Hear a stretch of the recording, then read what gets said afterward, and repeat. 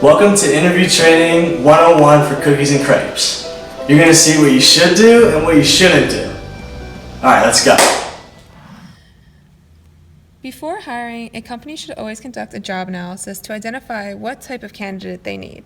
A job analysis follows a few steps, including job description, task analysis, duties and responsibilities, general KSAOs, and also must be reliable and valid.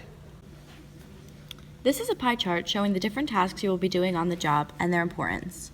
Out of the total job responsibilities, customer service is 38.1% of the job, followed by 23.8% for cashier, 14.3% for both food prep and order intake, and lastly 9.5% of the job is cleaning. How do you think you're going to do on the interview?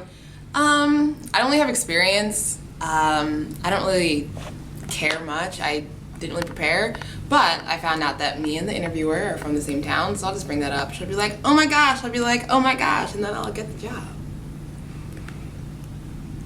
Yeah, I'll get the job. Hello. Hi, how are you doing? I'm good. Take a seat. So tell me about yourself. Where are you from? I'm actually from New Brunswick. Oh my gosh, so am I. Really? I live on George Street. Oh my gosh, I live on George Street. Where? That's awesome. The interviewer is clearly demonstrating a like-me bias in this interview. Like-me bias is treating a candidate favorably because of similar characteristics or interests. You're totally hired. I loved you. You're Oh my great. gosh, Come over here, give me a hug. Oh my gosh, thanks, Yes. neighbor.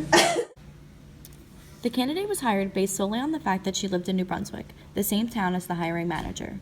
This could lead to a false positive, hiring someone who turns out to be an inadequate employee, because the candidate was hired based on like-me bias rather than their skills and experiences. Hey, so how'd your interview go? Hey, it was pretty bad. I had 3 years of experience and they didn't hire me because I wasn't from the same town.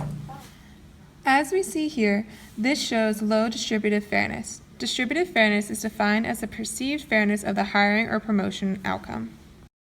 Wow, that's ridiculous. I'm never eating there again, and I'm telling my friends to never go there too. Yeah, they're getting a horrible review on Yelp. This demonstrated a bad spillover effect. Spillover effects are indirect or unintended consequences of an action.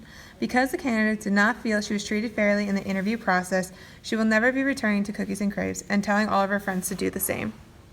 So what did you guys think about the interview process? I thought it was pretty good. I mean, I did personality tests and stuff. Yeah, I thought it was pretty fair overall. I also took the personality test. Yeah, so it's fair. Here we see procedural fairness. Procedural fairness is beliefs that the policies and procedures that resulted in the hiring or promotion decision were fair. Both candidates feel fairly treated during the hiring process, making their reflection of the company's procedural fairness positive.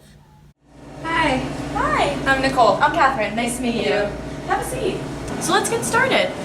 Here working at Cookies and Crepes, you encounter a lot of different people. If an unruly customer were to walk into the store, how would you diffuse the situation, keeping in mind the fact that it could be late at night in like a college town where many of the bars are still open? Well, first I'd probably start off by trying to see what the issue was, and maybe if I could first.